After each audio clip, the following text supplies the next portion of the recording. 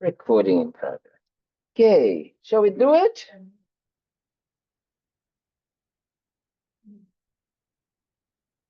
Ah.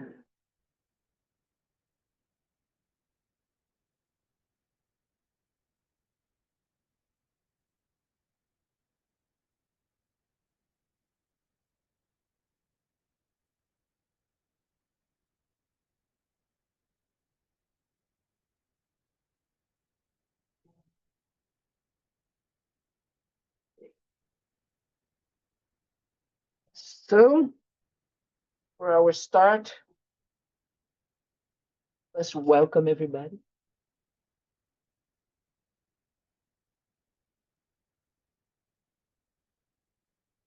Um, okay, so we're gonna do frustrations to start. As you now are already, how do you say, pros in frustrating, you know? We didn't even started doing our accumulation of 100,000 full body prostrations. You would like that. It's a good workout. You just do like very good. You know? So we didn't even started, but you guys are already pros in doing prostration. The most important of prostrations is, of course, we're gonna do the physical aspect, but it's to do it with our minds. As we talked last Sunday, prostrations is a direct antidote for pride and arrogance, because we are realizing that we need, guidance, we need support, we need knowledge, wisdom in order to transform the suffering body, speech, and mind that we have now, and especially not only suffering for ourselves, but especially for others, to a body, speech, and mind that can benefit others. So the prostrations come as a tool to transform our body, speech, and mind through using this intention and the methods, the wisdom and the methods, the wisdom and the compassion as a way to do it, to achieve this transformation. And like that, then our body, speech, and mind, our lives become of benefit, not only to ourselves. We finally find the love, the compassion, the happiness that we want, and we find freedom from any type of suffering, but we can help others to achieve the same. All of that by doing prostrations. Look how special. So with that in mind, we're going to chant the mantra together. Om Namo Manju Shri Namo Su Shri Namo Tama Shri Soha Om Namo Manju Shri Namo Su Shri Namo Tama Shri Soha.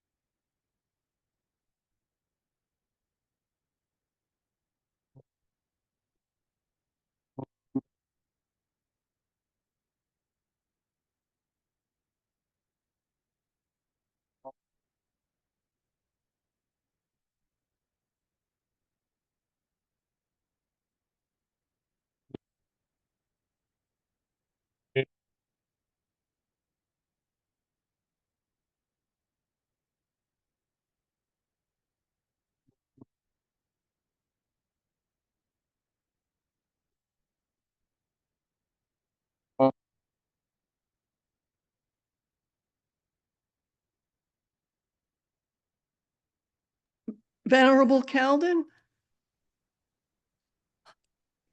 We can't hear you online.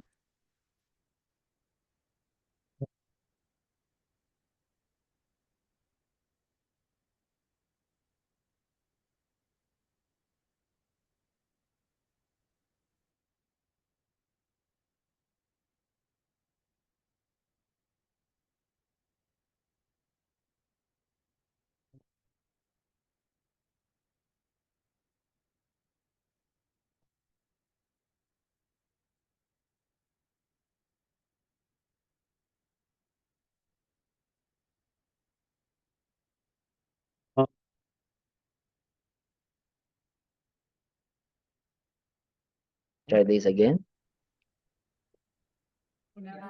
Yes, now yes. Now yes. Now yes. Yes, great. Okay, great. Thank you. These things happen sometimes. Okay, so I was thinking about today. I was like, okay, we talked a lot about things, but it's good to put into context because we're going to start today as if we are actually starting the entire path to enlightenment, which is we're going to talk about the Four Noble Truths.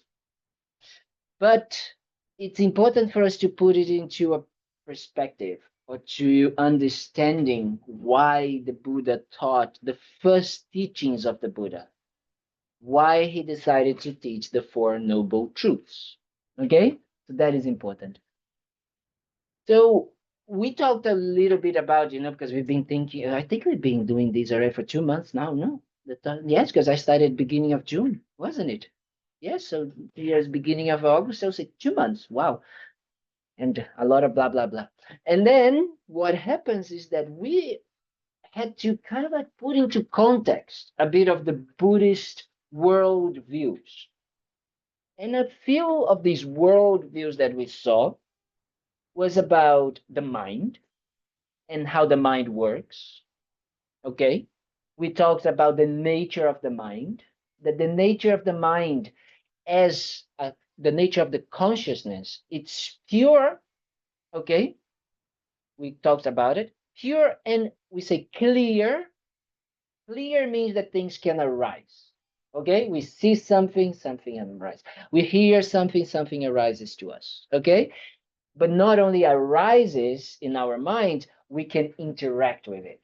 Therefore, we can make an opinion. We can say like, don't like it, oh, all this and that. We interact, we know it. There's a knowledge involved. Okay, we talked about that. So we also talked that the mind is a continuity. It's not something that stops after the body dies. Remember, we talked about that? Remember, we talked about death as well. We talked a little bit about dying. So these are kind of like world views or assumptions of the mind, okay, of the Buddhist path, sorry, about the mind. Therefore, we are trying to understand that if the nature of the mind is pure, then all of these experiences, these negative experiences that we have, they are not part of it. They are not an inherent, essential, is another word, part of the nature of our minds. So then we talked about it, and then we started to realize, that the aim of the Buddhist path was what we discussed, especially in the last 2 times, what we talk about the true truths. Remember we talked about that? The true truths? You were here already, Nana? The true truth is actually the aim of the Buddhist path. Is the aim why the Buddha taught. So it's the goal. It's what differentiates Buddhism than other philosophies, than other religions. So it's very important. That's why, the Dalai Lama, when he started to teach, especially us Westerners, he starts to first talk a little bit about the mind and all of that, and then he goes straight to the true truth. And people say, wow, no, when you go to the monasteries, when the monks and nuns, they stood in monasteries and nuns, the monks and nuns studied for 20 years. You're only going to talk about the two truths maybe on the 10th year, You're going to kind of like build up that idea about what is the mind, how the mind works, and all of these things first. You're going to study so many years. Just make sure that the door is not locked, please. Yes? Okay, thank you. Oh, yeah. Yeah, I think it's okay. So then what happens is that we start to realize that the true truth is the essence of the Buddhist teaching. So what does it mean, actually, the true truth? In a very kind of like easy way to understand it, as His Holiness normally likes to say, is that the true truth is for people to be aware. Talking about it is for us to understand that the way things appear to us, and the way things actually exist, they are different. That's it. Finish. We can go home. That is the idea of the two truths. It means that the way things appear, that's why I started saying that the mind and the way the mind works is so important, because when we are talking about appearance, we are talking about that clarity of the mind, right? And when we're talking about the way things exist, we are talking about the knowing. You guys following? So far, so good? Yeah. You are my thermometer, because you're the new one, the brand new one. So are you saying that the clarity of the mind is one of the truths and the knowing of the mind is the other truth? I cannot say in this way, but it is. It is, in a way. Like, let's say that understanding both, Yeah. you understand the relationship between the two conventional aspects of our mind, which is being clear and knowing. Okay? Why? Because the more you understand that the way things appear to our mind, they appear in a completely impossible way. That is how. That is the way things appear to us. And that is why we start to understand, by understanding the conventional truth, that the way things appear to us, they are not necessarily correct. Why? Because the way things appear to us is that they appear independent, self-existing. The word inherent is the word that we use it. What does it mean? How does it give what actually, these words are big words sometimes, we use it, but what does it mean? It means that the way things appear to us is that if they were completely existing in these circumstances, with these qualities, with these ideas, with these opinions, with these likes, don't likes, from their own side, as if nothing has to do with us. You understand that? The appearance of things in our lives, as if, they appear, this flower appears to us in a completely inherent, self-existing, self-sufficient, independent, solid way. But the way that this flower exists is not like that. It doesn't exist in this way. Today we talk about that. Today I normally Tuesdays I give a talk to a Colombian group, a group in Colombia, and Isabel, because she's also from Colombia, she said, "Oh, can I participate?" And I said, "Sure." So she participated as well, and I gave the same example of the flower, because we need to start understanding that our perception of how things exist, and that is why it's so profound that the essence of the Buddhist teachings is talking about appearances, which is our reality right now. So that's why we talk about realities, truth. Because our appearances, everything that we are seeing, living, hearing, smelling, tasting, everything that comes through our, that are kind of like filtered. It's the input through our senses. They appear self-existing. They appear as they are, they have these qualities from their own side. What do you mean by that?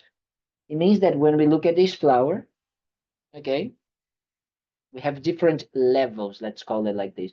But normally we see this flower and we immediately say beautiful, isn't it? It's just like, first we already see it and we see beautiful. We have a very good expression in English. The beauty is in the eye of the beholder. So Buddhist this. Right? Look at this. Maybe, we have someone here that says, but I don't like pink. And I don't like think it's beautiful.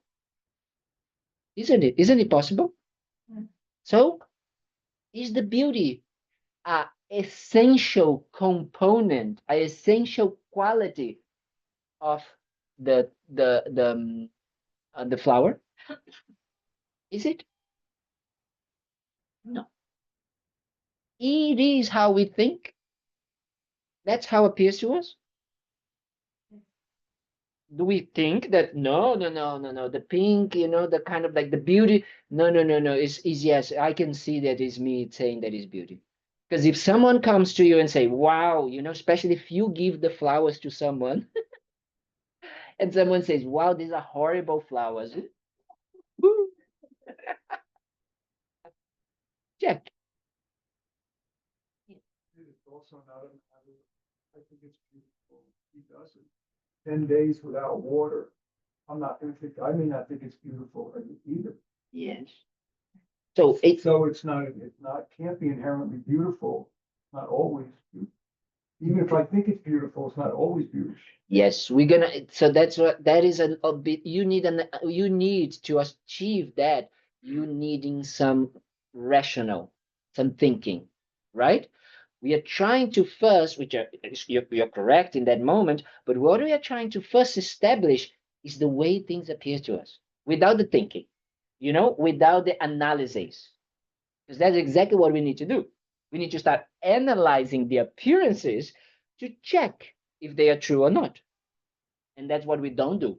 We just take it for granted. And therefore, when someone says, horrible, I don't like these flowers are horrible, we get angry. Because we believe that the flowers are inherently beautiful. So everything that is against that, my opinion of things being beautiful, is against me. Makes sense what I'm trying to say? That's a very shallow, superficial way. I get the inherent part. I don't get the second part of the sentence, something about it is against you. So it is that kind of like, because it has that, we have that sensation, that view that Right. is inherent, that is self-sufficient, that is it to us, that is reality, the beauty. Right. The beauty in the flower. So everyone that is saying to us, no, it's ugly, it's kind of like saying that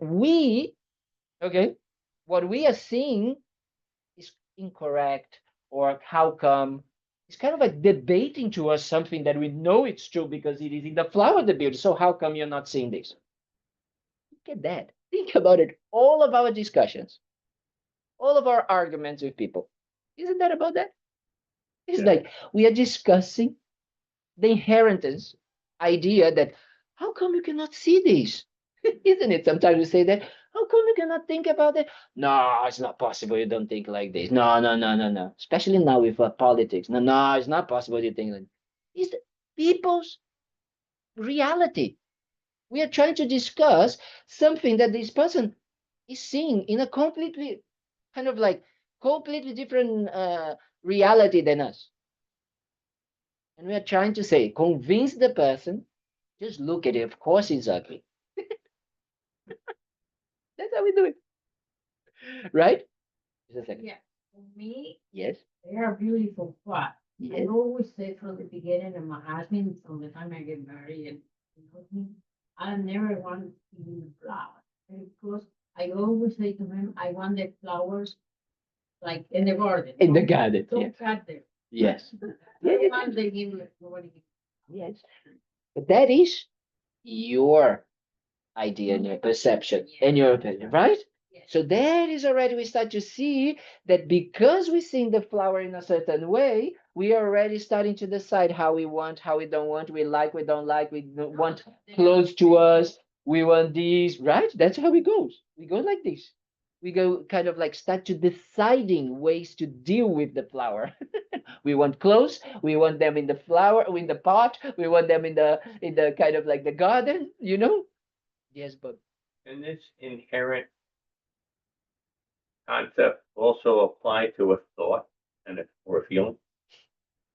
I mean, as opposed to an object? it applies to everything. Oh, okay. Everything that we experience with our mind, which is everything. So mind means thoughts, emotions, feelings, sensations, opinions, whatever. Everything right now appears to us in this way. So that's why the other day, I think Roy said something, and I said, we don't have an option.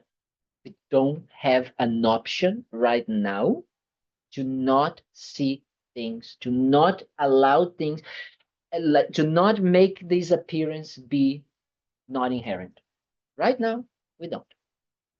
Even with thinking, still are appearing to us inherent. So we need to understand that that appearance, that way, that distorted way of appearing to us, it's what makes us react and make us grasp to things. And the biggest appearance that we have is not only objects and people outside, inherently. Dun, dun, dun, dun, me. This very strong inherent me. Think about it. Just think about it.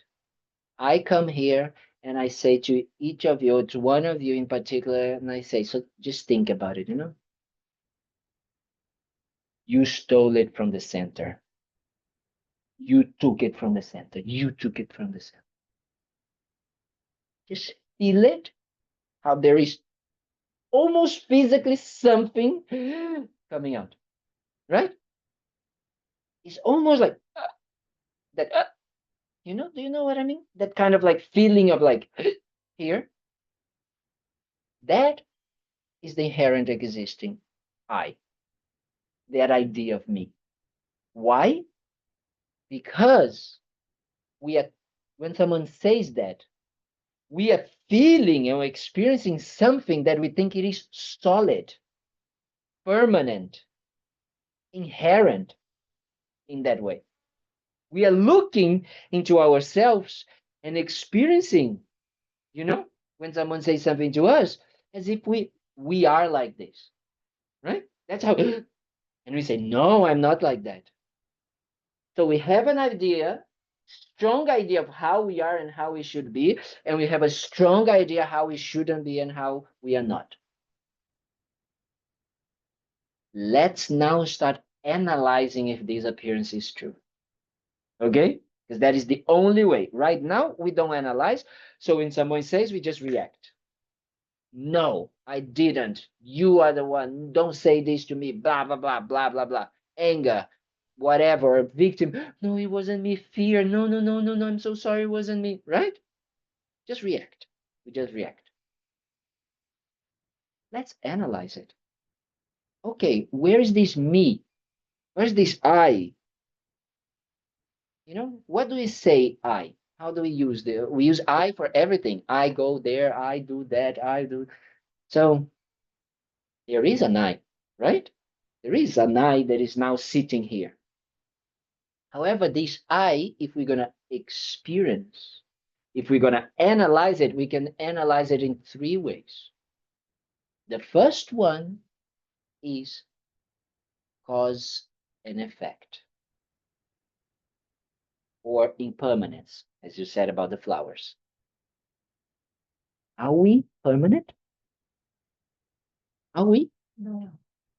No, we are not. So first we need to decide what is not impermanent, right? Is our body impermanent? Because what is the I? Let's first go back to that point. What is the I? The I, it is, we say, my body and my mind.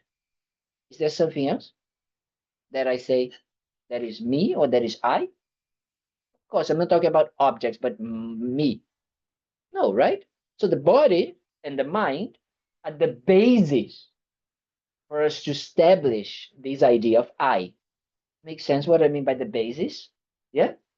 So it's the basis. It's like I need to have something that I call the I. Do I call, Bob's body my I? No, right? Do I say, like someone's opinion or someone's voice I? No. So it's my body with my mind. Makes sense so far? Yeah. Only from not from the perspective that the body's impermanent and the mind is not. That's what we're going to analyze now. So first we are analyzing the body, right? So the body is impermanent. First we establish that what makes us call I is on the basis of the body and the mind. Yes? Mind, I say, emotions, feelings, thoughts, whatever, everything. Yes, Deb. Like when you go through the day and it's like, okay, I have to call this person back, I have to eat lunch, like the sense of I, that's like a thread from the second you wake up. Yeah. I have to have coffee. Yes. Like, is that all? It's connected to the body and mind. Well, you don't change bodies, right? During the day. You don't change mind, right? So it's the same one. You don't forget who you are and then you become someone else, right? So you have that continuity. Make sense? So the body and the mind, the emotions, feelings, memories, all of that. So the body, easy to see that is impermanent. Otherwise, aging, all the beauty products would not exist. Medicine would not exist, right? It's easy to see that the body is constantly changing. Easy to see. Especially when we don't see someone, no? Then we see the person got so old. Wow, so easy to see it, right? And then ourselves is a bit harder because we are seeing ourselves in the mirror, and especially nowadays, everybody sees themselves in the mirror on the phone or selfie, whatever, all the time. So we're always watching ourselves, so we don't see so much. But with time, we start to realize, we start to see that we are getting older, right? Start to have pain or this or that, right? So easy to establish that this appearance of the body, even though might look that is not, but it is impermanent. It's changing, right? That what you said, this idea of permanence during the day that we experience, that's not true, right? If we analyze it, the body is changing throughout the day, it's changing throughout the month, it's changing throughout the years, right? But that feeling is not the feeling we have during the day. We just feel that, right? Then comes the mind. Mind is even easier for me to realize how impermanent it is. Just check. How did you wake up today? What happened around your day? And how you are now? And how you were 5 minutes ago at the half an hour when you just came here? You were maybe, relaxed, and now you're bored and kind of like, want to just sleep. So you think about it, how it is impermanent, how it is changing constantly. So where it comes, how can we put that label of something that is causal, that is constantly going and changing, right? Changing from one moment to the other, with that experience of solidity, of permanence. So our mind is like the clouds, constantly change. Yes. Our mind is like clouds. That's very good. The mind is like the sky, let's say Yes. like that. Yeah. But the sky is, in some ways, that is the difficult to understand, because it seems that the sky is permanent. But the sky also changes. right? It's changing in the sense that every cloud that comes paints the sky in a certain way. You understand what I mean? Yes, absolutely. But that possibility of painting the sky, and the sky taking the aspect of that cloud, it's always there. You understand? So the mind in itself has the nature of being clear and knowing, which means that it can arise, make the cloud arise, and can become in the shape of the cloud. That has the quality. We can do that, but it's changing all the time. It's always a different thought. It's always a different emotion. It's always a different feeling. Do you understand what I'm trying to say? It's subtle, the difference, because we cannot also think that it's permanent, because there's nothing permanent. There is a quality of the mind. The quality of the mind is being clear, arising, and knowing. But everything comes and goes. Makes sense what I'm trying to say? So the previous moment will influence the way that the next moment will come. And that's it. It doesn't necessarily bring the previous moment. It doesn't necessarily become, like as this solidity of continuity. It's only an appearance of. So that sense of I, it's being felt and constantly experienced every moment. And not in an inherent, solid way as it appears to us. There's a good explanation. We say, like, think about in a bigger picture. We talked about previous lives and, and future lives. In all our previous lives, we had a sense of I, right? Now we have a sense of I. For example, I am a boy. I have this. I was born in Brazil. I lived in here and there. I'm a monk. I have all of this sense of I. Previous life, I was a dog, and kind of like, and I had the feeling of I of being a dog. So there's a specific feeling of I in that life.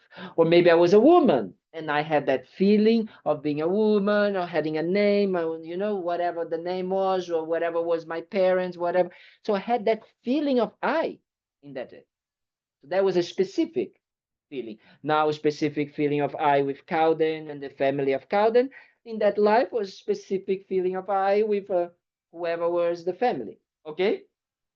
But there's always that general sense of I. Always happening. In each life, there's always going to have the sense of I. Why? Because there will be a body and a mind coming together, which is the basis of I. Makes sense what I'm saying? I know I'm so sorry, but it's so important that we talk about it, because then you understand why the Vulnerable Truths are, right? Because the Vulnerable Truth is to understand that. So, this. Then we start to understand that this I, in this concrete, permanent way, it's just an illusion. It's an illusion way. You don't need to be, like angry every time that someone says something to you. That is an illusion based on that idea that this I is permanent. The main cause of our suffering, we can only be angry, which is an exaggeration of negative views of something or someone, or I want this and I didn't get it, is because I believe that whatever I'm getting, the flower is permanent, and whatever me, I, is also permanent, inherent, self-existing. Because if I understand that this is not the way, but the way is by cause and effect, then if I change the cause, I will change the effect. So if I want something, I will create the causes to have that. If I understand. You understand the simplicity, but the depthness of it? I don't know what that means. So what happens? You just get the time. I hope that is not gonna explode. So I can't is in the computer. So then what happens is that all of our creations, all of our problems come from not understanding the way things appear and the way things are. So things appear inherent, permanent, self-sufficient. Self-sufficient means with the beauty, with the, that is what self-sufficient means. But it's not like that. So then we're going to go even a little bit more. So let's try to find that I. Right? If the I is cause and effect ever changing, but wait a minute. No, we have the body and the mind. So maybe the I is in the body and the mind. So let's cut all the pieces of the body. Take everything out. Take everything. And we put everything here on the floor. Which of these parts we call the I? Is there any of these? Is there any part in our body that we can call I? Is there? And that's it. Wait. Talking about the body first. The body? Is it in the body? Not in the body. Is it? I don't think. Because if we could, then we would cut something, I don't know, cut the finger, lose the eye. So I cannot say anymore, I am sitting here. Doesn't make any sense, right? So it's not in the body. Are we okay with that? We agree? So now let's see the mind, right? So all the 10,000 thoughts you have during the day, all the 10,000 emotions, feelings, sensations, everything, which one of them is the I? All of them? So then we have eyes in plural. But what is the mind? If the mind is just clear and knowing, it's just something that arises and let it go. Arises, interacts, something else comes. None of them. Right? None of them. Do you understand? Where is it? We cannot say that, the mechanics of being clear and knowing is the I. There's no kind of like I in there. There's just a mechanics, a mind. What about the memory? Like that, you remember when you. Which of the memories is the I? Because otherwise, if we have many, we would have to have many eyes. The same with if we have, oh yes, the arm is the eye, this is the eye, then we have many eyes. It's not like that. Right? So maybe the eye is something outside. The flower is the eye. So if I take out these, I'm not going to do it. But if I take it out these, then I should feel it. Do I? No. So the eye is not outside. The eye is not in the body. The eye is not in the mind. So we say that things are interdependent. That means they are cause and conditions changing all the time. And they are made of parts. Yes, makes sense. But if we look for this eye or this flower, even the flower, right? Which of these, if I take all of the petals, where's the flower? Which of the petals is the flower? If I cut these, what is the name of this? Stem? Stem. If I take out the stem, which of these parts of the stem is the flower? If I take out these and we cut into pieces, which of them? Is there anything that I can say inside of all of these parts that it is the eye? That is the flower, sorry. That it is the flower? Can I? No. However, there is a flower here. There is an eye here. So the roots? No, if I take out of the roots as well, taka, taka, taka, taka, no. So, what happens? How do we explain that there is something? Yes, it's complicated, I know. But that is exactly the Buddhist thought. The thing is that there is a body which is interdependent, ever-changing, made of parts, and that is being labeled as body, using this word to describe these components, these joint cause and effect things coming together. Because if you think about the body is like the blood, the atoms, the earth, the whatever, all of the elements coming together, these, I call it body. So there's a name, it's label body. And that's it. It's a merely label on the basis of components that are always changing.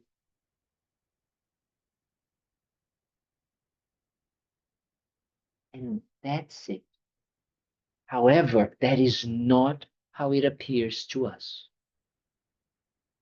It appears in these causes and conditions changing, and there's formation of components coming together, joining together, as if something else. When I say me, when I say flower, almost there is a third thing coming out, right? There's a something on top of that basis and name, something autonomous. Do you recognize what I'm trying to say? No. It like collects everything, like the car collects the tires and the. Yes, steering but wheel. there's no such thing inside of a car that is called car.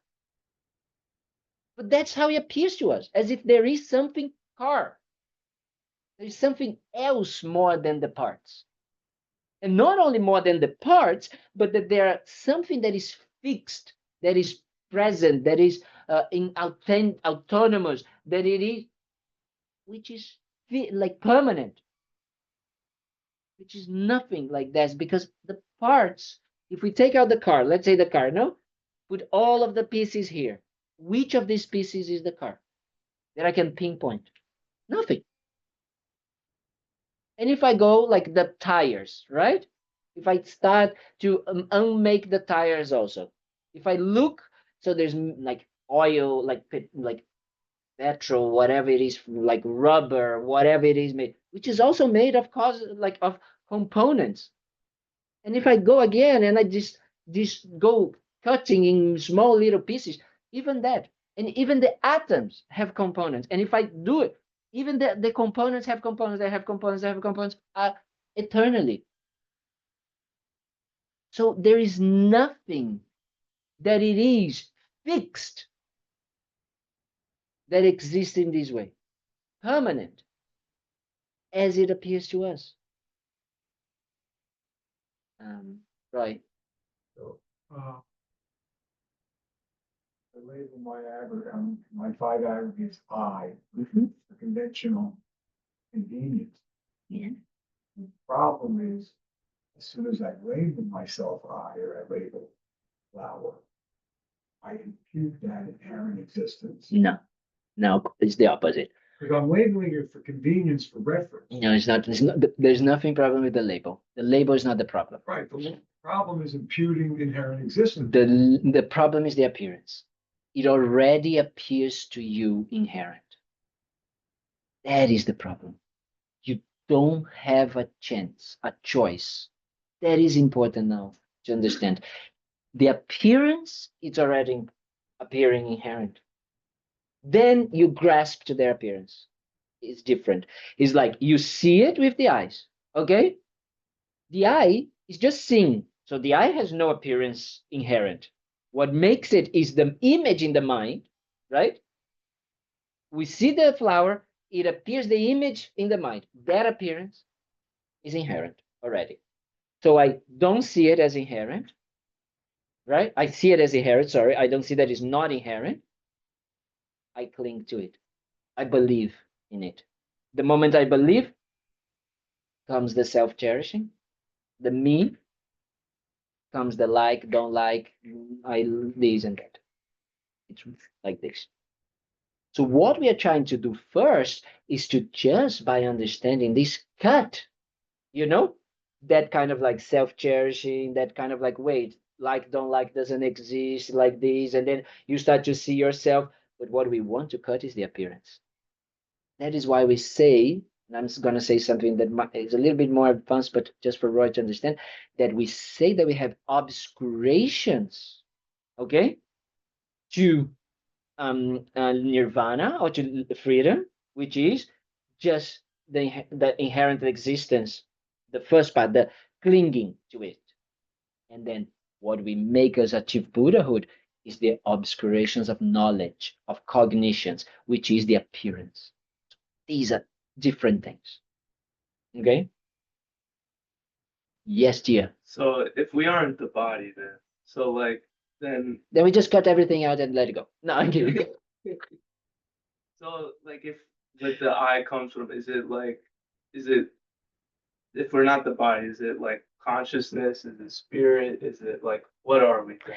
Like, Yes. So that is the thing. In Buddhism, we say that there's nothing like there is a consciousness, there is a body, but there's nothing fixed, permanent, inherent. There's just cause and effect. There's a changing body, a changing mind, and these two coming together, and there's a label that we call I. It could be caca. Same, right? But we do it because we arrived into the idea that that combination, for us to be able to work, to do things, we call it I. It's not that anything we can call I. I cannot call this I, right? Why? Because there is no the definition of what I means. I means a body and a mind. Yes? You understand that? And that's it. Is a merely, that's why merely is important, that word. Merely means only. Merely label. Merely means it's only a label on the basis of those those two aspects, those two things coming together. I don't want to use aggregates, but you understand, right? Because I don't want to go there yet. But those aggregates, that those two things, the body and the mind. And if we're going to look at the body also, what is the body? A label, right? A label that we decided to call all of these components coming together, multiplying, and this thing that is actually, you know, the more we produce cells, we are still growing, and then we stop to produce cell, we die. These we call body. It's a merely label body. There's nothing existing, inherent. It's not that there's nothing exists. There's nothing exists inherently, self-sufficient, out independent of a label and these causes and conditions coming together. There's nothing more. So that is the idea. There's nothing more than, you know, a body and a mind being labeled I. That's it. Yes, sir. Dun, dun, dun, dun. Bob is tired. He's I like, know, I don't have a question. I'm trying to grasp the relevance. Mhm, Meaning I get everything you're saying, mhm. and I can see where it's very applicable to certain, to things that will cause self-cherishing. Everything causes self-cherishing. Think about that. Everything. Just because of the concept of I. Yes. the concept of the way the I exists now to us, which is inherent, self-sufficient, permanent. Because if I believe in that, that means that I want everything that this I likes close to me all the time. And that's our lives, isn't it? Why do we wake up in the morning? To have everything that this I likes. Think about it. Everything that you wake up today and everything that you did was to serve this idea of this inherent existing I, this I that exists in this permanent way. Not for the benefit of others. Huh? And not for the benefit of others. Not for the benefit of, yeah, in a way, even if it looks that it is for the benefit of others, but it is because you believe that this I is going to receive something, right? Even if it is a thank you, even if it is a kind of like how do you say the opposite of criticism, huh? Praise, a compliment, right?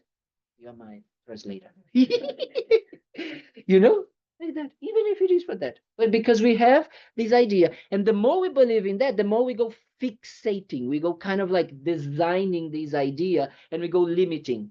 Oh no, Bob needs to be like that, and I need to be like this needs to be like this, you know? We go limiting ourselves. I shouldn't be doing this, I should be doing that, I should, you know? So that is what causes suffering. Those limitations of how I should be, how I shouldn't be, what I mean cause suffering, called manifested suffering, right? Because the suffering in itself comes from this wrong view. Identifications, yes. Very good, yes. Identification is a good idea, you know? It's a good word. Identification, I like to say, you know, because for me, when I meditate on emptiness, it's really looking for this reference point, right? Yeah. You understand? And I like this idea of identification is these reference points of me, which is actually who I am, who I live, you know? Like it's anything that I actually know because it's who I am in a way. But realizing that this idea of who I am, the way it's appearing to me right now, is a wrong idea. I am not limited like this. I have not always been a boy, a man, a monk.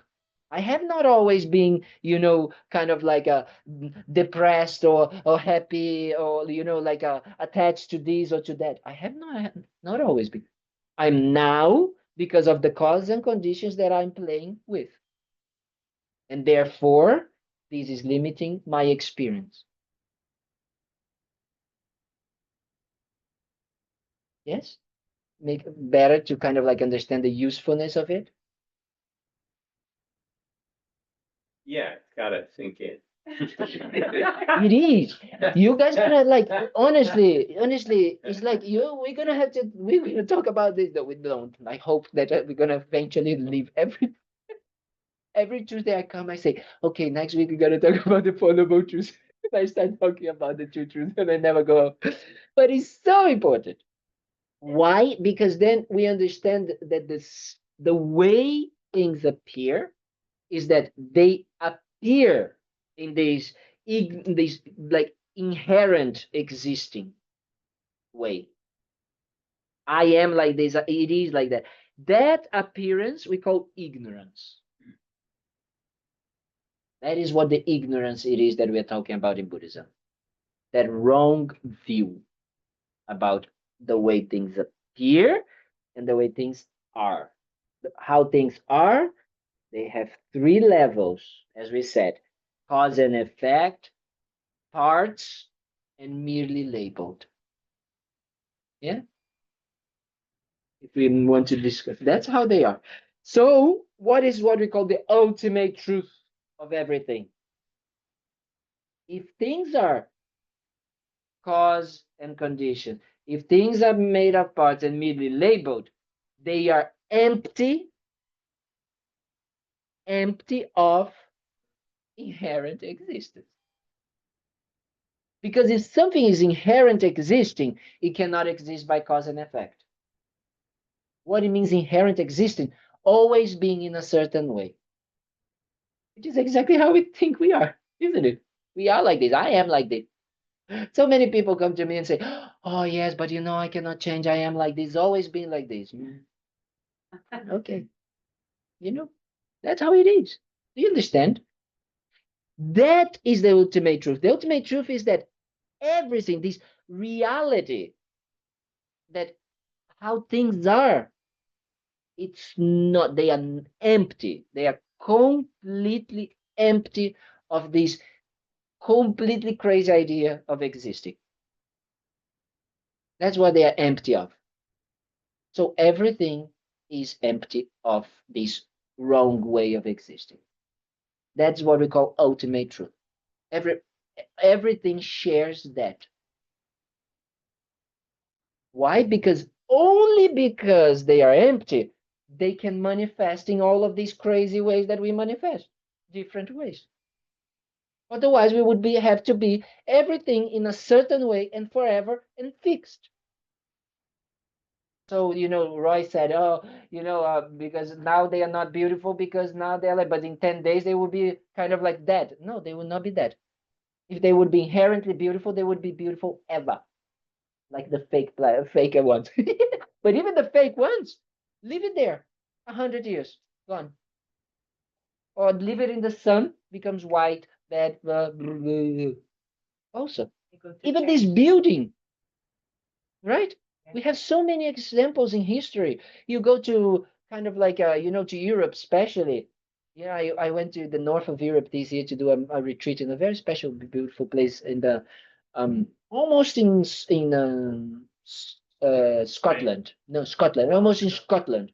And they have the Adrian Wall, right? Which is the Roman wall, like that limited what it was the Roman Empire. And they said it was like huge and all of that. And today you go there, something small, like everything falling apart. In those time and age was like, wow. Or you go, I still remember when I first left Brazil like 13 years ago, I said I wanted to travel. So I was going straight to India and all of that. And I said, but my dad wanted to go to Portugal for the first time because we are like my grandparents are Portuguese. And he wanted for the first time. And I said, and my dad was like, wow, it was like saving so much money. We didn't have money. And he was like, oh, I really want to go this. And I said, okay, I have to go to Portugal. So if I go to India, I'm not going to go to Portugal, So I just decided, I bought one single ticket, one-way ticket to the south of Argentina, Patagonia, like beautiful place. And I just started hitchhiking and walking all the way into Colombia. And I saw so many incredible places made by the Incas, Mayas, Aztecas, whatever those kind of like people, Machu Picchu and all of these. And it was so special. But it was such an incredible experience to see how things don't last. Yeah. Right? And then I was in Nepal and I almost died in an earthquake. And I remember that even that idea of having the feet on the ground, that certainty of like, no, the earth is like our kind of like a, exists, is like always gonna be there. No way. Started to break open, So that idea of permanence, of things, of nothing is like this. Yes, makes sense. I get it. So that is what we are kind No, of like. that makes sense. That makes Yeah? sense. I'm trying to figure out how I apply it to me. Yes, very good. Very good. That's the That's- most important. So it's like a universal truth. It's an universal. Yeah, that part I get. Yeah. The absence of inherent existence and the principle of cause and effect is a universal truth. And that is wonderful you say that. Thank you, because this is exactly how I always try to say that the Buddha didn't invented anything. He didn't invent this. He observed. Right? He just observed how things are. And that was it. That was his conclusion. The moment that you really observe in a way of like deeply observe, then you see how things are. Then you are free from wrong things, from wrong views of how things are not, and you live in accordance of how things are. So the more you understand that things are dependent on cause and effect, then the more you change yourself to implement the causes for the result that you want, you're going to be happy, right? Because that's what we want. We want to be happy and we don't want to suffer. So if we know the discernment to know what are the causes for happiness and what are the causes for the absence of suffering, then we're going to make it. We're going to be in that direction. That's why right now we are in this constant kind of like feeling that we are suffering all the time and never finding, the answer. We want happiness, we think happiness in that direction, and we go that direction, right? And we keep on cycling and cycling because we don't understand that basic understanding of how things are. That is the universal truth that the Buddha simply awakened to. That was it. It's simple, but extremely profound. Why? Because if right now, because right now, if we just say, especially when we are in an argument with someone's, nah, just drop it. No, like just see it. Like, of course, you're not seeing. If someone says this to you, you just become angry, right? Can you imagine? The Buddha is saying everything that you experience right now is arising in a wrong way. Come on, Buddha. Give me a break. And that's exactly what he says. Yes, you're going to have a break when you become enlightened. When you see things as they are, because that is the definition of Buddha. The one gone beyond. Beyond what? Beyond the wrong views. That's it. What he did is in accordance with reality. That's it. Nothing mysterious, superpowers, flying. None of this. Yes, dear. I just wanted it to confirm that you started with this, what did you call it, double truth? The two truths, yes. Two truths. And then you gave us all these examples, trying to show us how what we see is not, or what we perceive Yes. is not real, Yes. and the impermanence of it all. Yes. And I think Bob was asking, I want to see how do I use Yes, this very good. knowledge. Mm-hmm. And I was thinking that one of the biggest suffering that right now we have in our society Mm-hmm. is in psychology of all of us, Mm-hmm. that we think we are these personas, Yes. these stories, Yes. and it's unchangeable. Yes. Because I come from the parents that I come, Yes. I come from the family that I come. Yes. I like this, I'm sensitive, I Yes. get angry, I have Yes. problem with it. I am like this, I am like that. I cannot change. Yes. And if we use this, view, Yeah. I think it would be just revolutionary in helping. Yes. I always say, honestly, like we are already, well, Sunday we had 43 people, which for me just like, wow, really warms my heart. But these understanding should be everywhere. Because this would literally, that's the word. Lama Yeshe used to use exactly that. Is revolutionary. And this is all the new knowledge.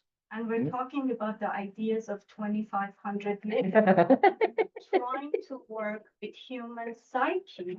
I know. And this is everything that the new psychology. And the new quantum physics.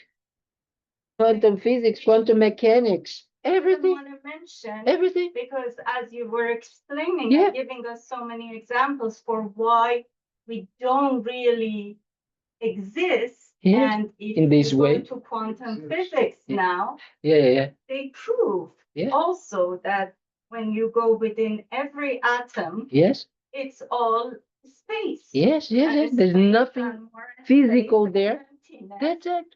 And 2,500 years ago, The Buddha discovered the same thing. the Yes.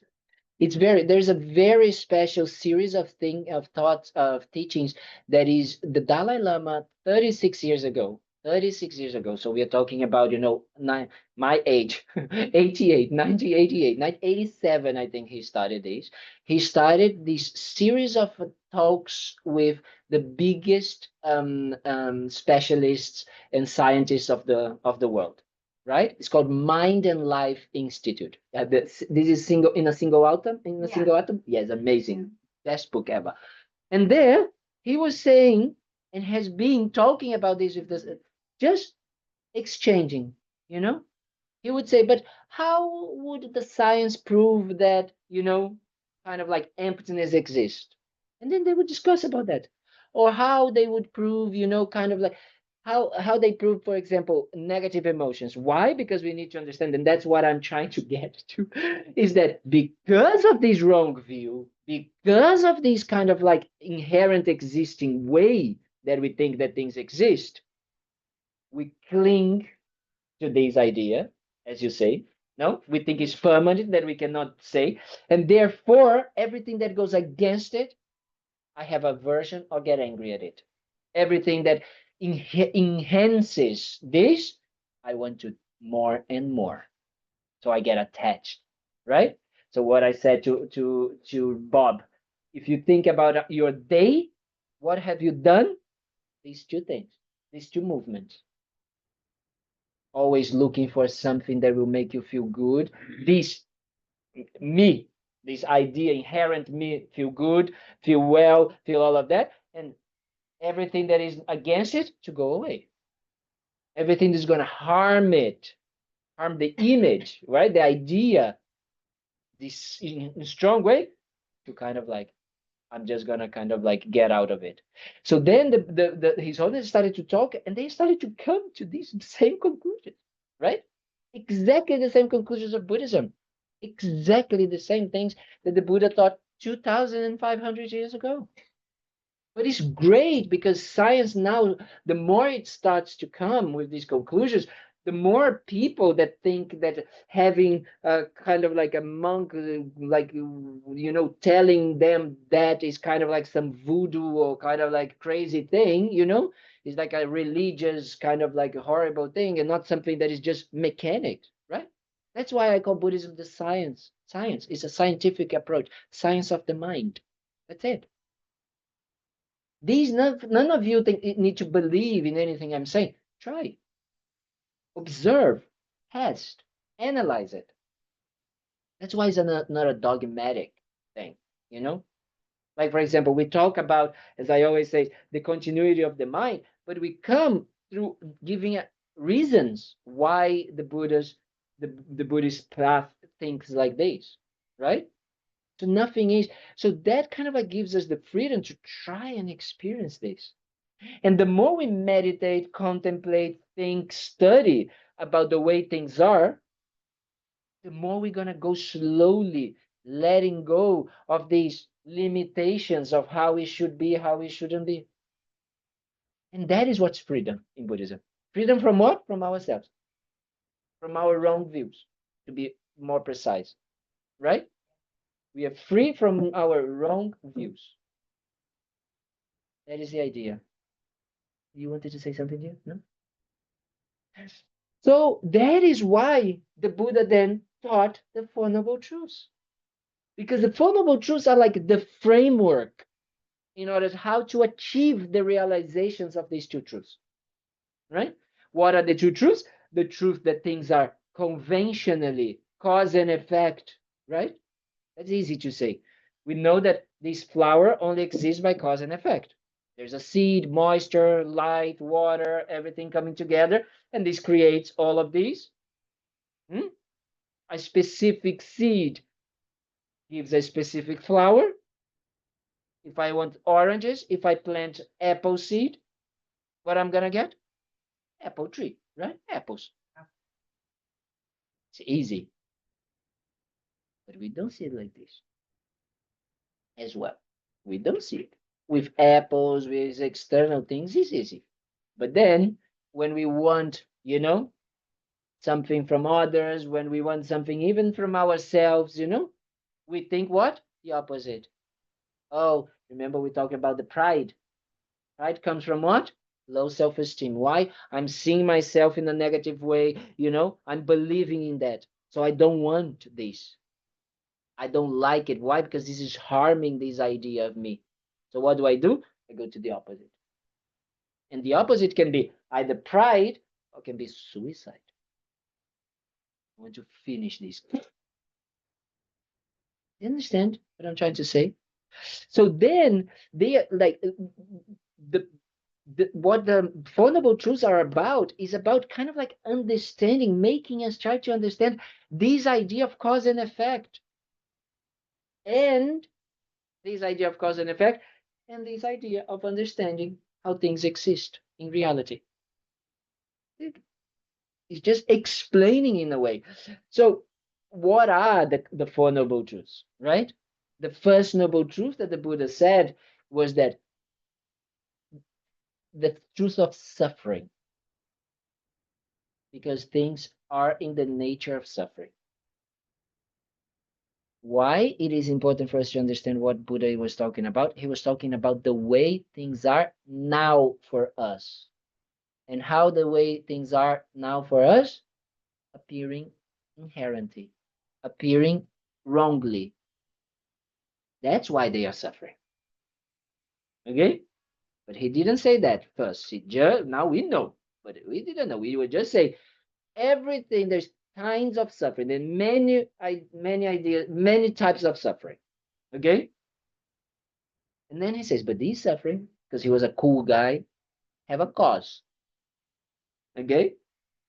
So then he explained the cause in three ways, actually. There are two, but actually there's one main.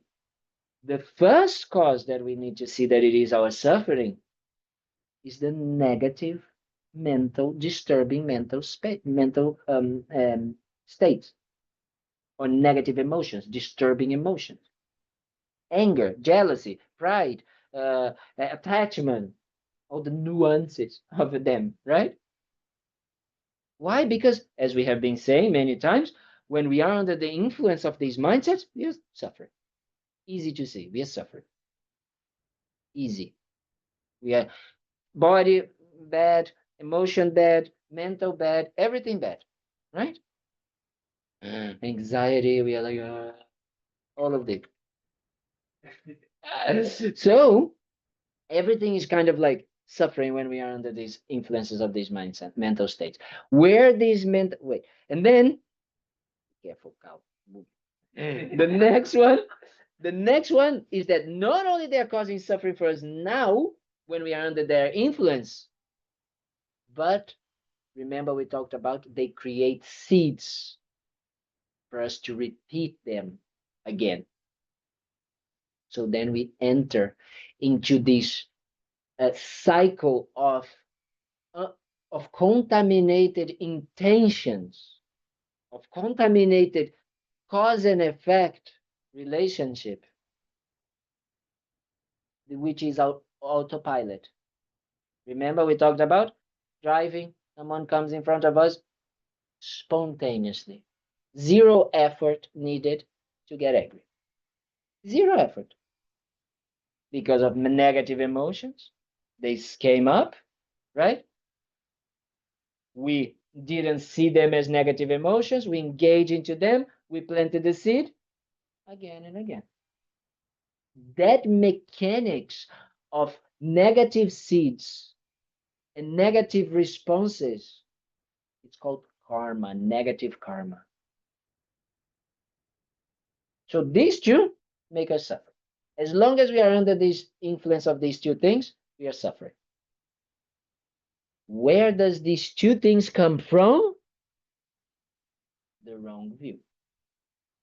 This inherent me. Because can only exist anger if I believe that I am in a certain way, the reference point, remember? Why? Because I'm projecting something bad in someone. What is bad to me? I need a reference point. You understand? bad or good, it's completely subjective, isn't it? You understand by what I mean by that? Remember beauty? Same. So good or bad is completely dependent on what I'm seeing. What is the dependence of what? Is they dependent on what? On this idea of me. And if this idea of me is fixed, as you said, in a certain way, but more than that, if I look for this I that is fixed like this, it doesn't exist, but I don't see it like that. Makes sense? You guys following me? That is why it's so important to eliminate. The only way for us to be completely free from these negative emotions to exist, to appear, these negative karma, these negative kind of like cause and effect, these negative habits, is if we eliminate this wrong view. So that, because this wrong view is not inherent part of the mind, is not a essential component of the mind. We can see things without this wrong view. We can. Right now we can't, but we can. It's a possibility. We have this potential to do it. So the causes of suffering are these three in that way. We say two, but we say especially ignorance is the main one, right? Understanding what ignorance, remember what we said what ignorance is wrong view. So these are the cause of suffering. And then the Buddha, as I said, because he's a nice guy, he's a cool guy, he says, okay, if we first recognize that there is suffering, then we ask, okay, what is the cause of suffering?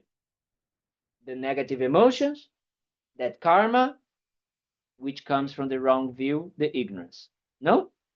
Then what we want to know, is there a possibility of eliminating it? Which is the third noble truth, the truth of cessation. Which means that, no? There is a way to eliminate altogether this. By seeing what? The way things exist. If I just see how things are, then the wrong view don't come. Yes? I cannot see something in an impermanent way and permanent at the same time. I can't. If I see them in an impermanent way, then permanence doesn't arise. Yes? Makes sense what I'm trying to say? So if I can see things as they are, I eliminate the permanence. If I eliminate the permanence, I eliminate the basis for all of the limitations to arise. Therefore, no more. No more suffering. No more limitations. No more, I am like this, I am like this, I should do this, I should do that. So then, what we do is that the Buddha say, wow, Buddha, so then how do I do it? Which is the fourth noble truth, the truth of the path. So it's like going to a doctor, You go to a doctor, the doctor wants to know that you're sick. Okay, I'm sick. We established that you're sick. So let's call and check what are the causes for your sickness, right? Once we understand what is the particular cause of your sickness, we say, okay, is it possible to be cured? Right? Oh, yes, it is. How? Okay, how? There's the prescription. That's it. Buddha, same. Right? There's suffering. There's sickness. Okay.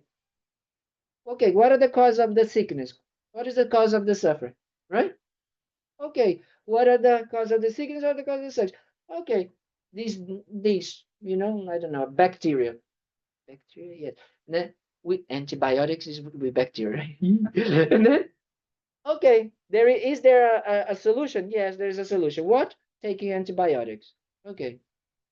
So here is, okay, there's suffering. Okay, what is the cause of suffering?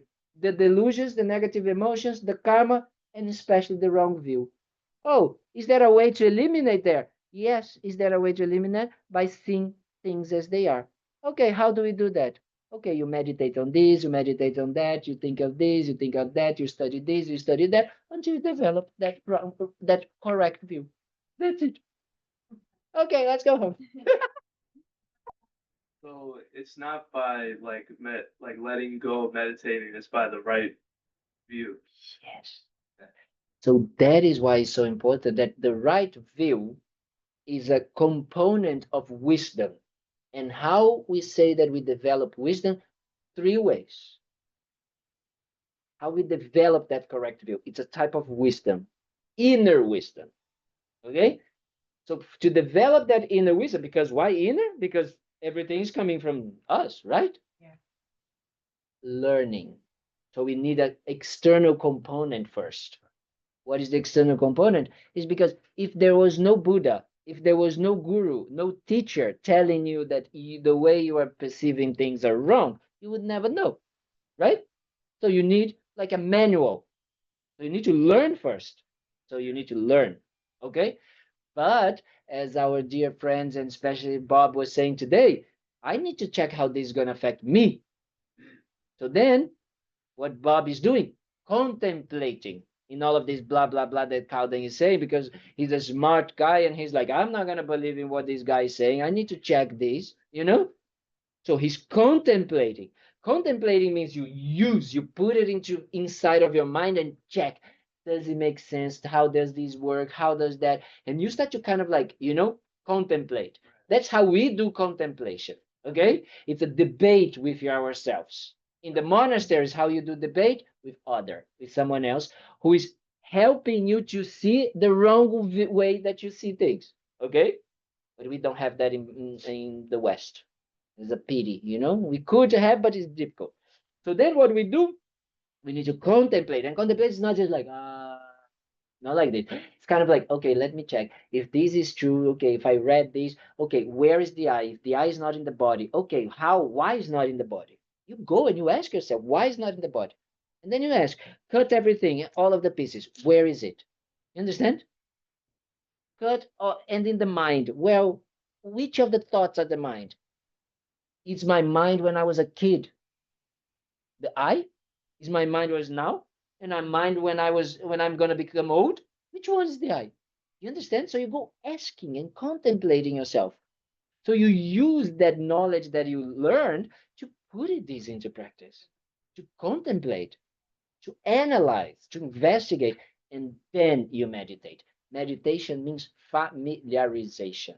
Means that through the understanding, through the learning, the process of learning, through the process of contemplating, you come to a conclusion. When you come to a conclusion, you feel that conclusion feels right. You know what I mean? It's like, then you stay with that conclusion. So then you use meditation first on the focusing meditation, breathing, just to focus what we call calm abiding in that calmness of the mind, so that conclusion can ripen. And then we use the analytical meditation, which is coming to using that kind of like with the second thing that I said, the contemplation. Thank you, dear. The contemplation to make that conclusion arise in that settling of like the mind being peaceful. And then you use both of them.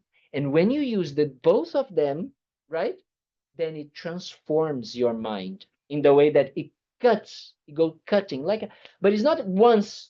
You're gonna go cutting many times the wrong view, many times, until it just stays. Until like the water clears and you can see clearly. You just see when a clear. storm passes. When this is storms pass, and then everything exactly. Yeah. And then it doesn't come back anymore. Yeah. I like Never. that, Feel it. because what you're saying many times, we all think by doing once, everything gonna be solved, but it's not. Well, that's how most of us think, I think so, but it's not. The Buddhist path is We do. incredible, because we can talk about the Four Noble Truths, and we can say as well, kind of like um, there is what we call steps or paths or grounds. You know, another way that we say to understand exactly that. Because people think, oh, because I understood, you know, oh yeah, things don't exist from their own side. Oh yeah, things are not inherent. Oh yeah, things are cause and effect. Okay, I got it. You got it intellectually. That doesn't change anything. Because if it would change, you would never get angry again. And let me tell you, you are a very angry person. You know, normally that's what I want to say to people, but I can't. But that's what it is, right? Because we believe. We don't believe that actually we need to do it again and again. And I have to be very, unfortunately, the bearers of bad news. You're going to have to do that for lifetimes. Like if you don't water your lawn, it won't stay green. Yes. Yeah. But not only in this life, Yeah. lifetimes. Yeah. Why? Because the wrong view is so ingrained. I love this word in English, ingrained in the mind, right? Yeah. It's just how we are. It's just what we are. It's just so strong. But I have to be bearer of good news. If you are here listening to this blah blah blah, it's because you created the causes. So you already heard about that. You already heard about it. So you're already continuing that study. For me, it's like when people talk about the like past lives or you know, oh, I don't believe in past lives and things like that. And I said, I understand. But do you understand in cause and effect? Yes, I kind of like understand the cause and effect. Okay, so look at my life. I'm a younger brother of 3 boys that were born in Rio, raised in a small village in the middle of nowhere in Brazil. And I'm a monk, a Tibetan Buddhist monk. What have I done in this life to create the causes for that to happen? To be honest, nothing. Almost nothing. Because I studied law, accounting, partying, drinking. That's what I trained myself, you know? Think about it. Because if that was true, then my brothers should have the same result. They're totally different people. I'm 1 year difference from my middle brother. Completely different. So I have to have accumulated that knowledge in the sense of that familiarization with Buddhism, with kind of like, you know, with Dharma in previous lives. It's only explanation. And not only this, when I saw my teacher, Lama Zopa Rinpoche, when I saw Rinpoche, so I heard Rinpoche's laughing, actually. I not even see it. I heard Rinpoche laughing. I didn't see it because there's so many people I hear. And there was one phrase in my mind. Now I meet you again, my friend. That. I knew that moment, I knew that there was a connection. It's the same for all of you that decided to come and listen to this blah, blah, blah here. You had a connection. So that kind of like, yes, I already have kind of like some homework done. Now just continue doing it. That's it. That's the idea. Listening to these again and again and again and again, investigating, learning, contemplating, meditating, go like this. Okay, thank you very much. Good night.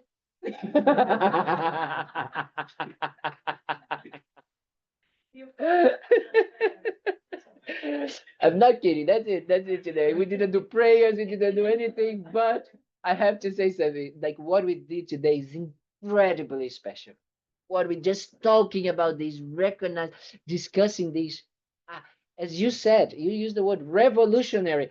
And Lama Yesh used to say, this word is the best. Like this word explodes all of the bad things in the universe. Because of this mind. Because everything comes from this wrong view.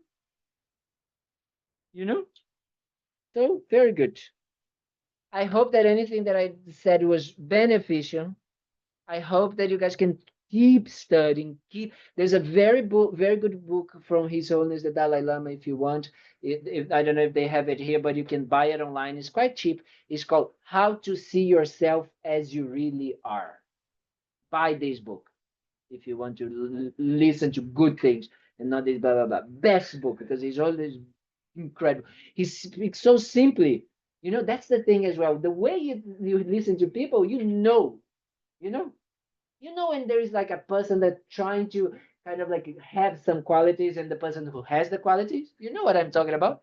It's like a chef or a cook, you know? There's like a cook and then the person's like, oh yeah, well, if you do, and there's a chef that like, we're gonna do this. You know what I mean?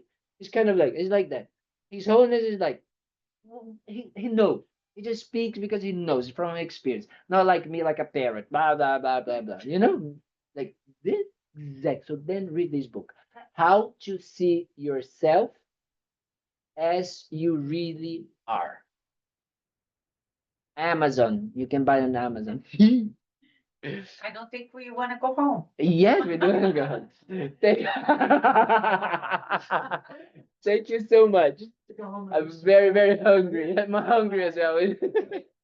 Thank you so much, everybody. So Thank you. I Thank really you. hope Venerable Kalden. thank you, online people. I didn't even ask if you guys had questions. I'm sorry. But next week, you guys save the question. You contemplate, and then you save the question for next week. Okay? Thank you. Thank you, everybody. Good night. Thank you. Thank so you, Colin. Good night. Good night. Good night. much. Thank Good night, you. Thank you. Wait, let me stop recording.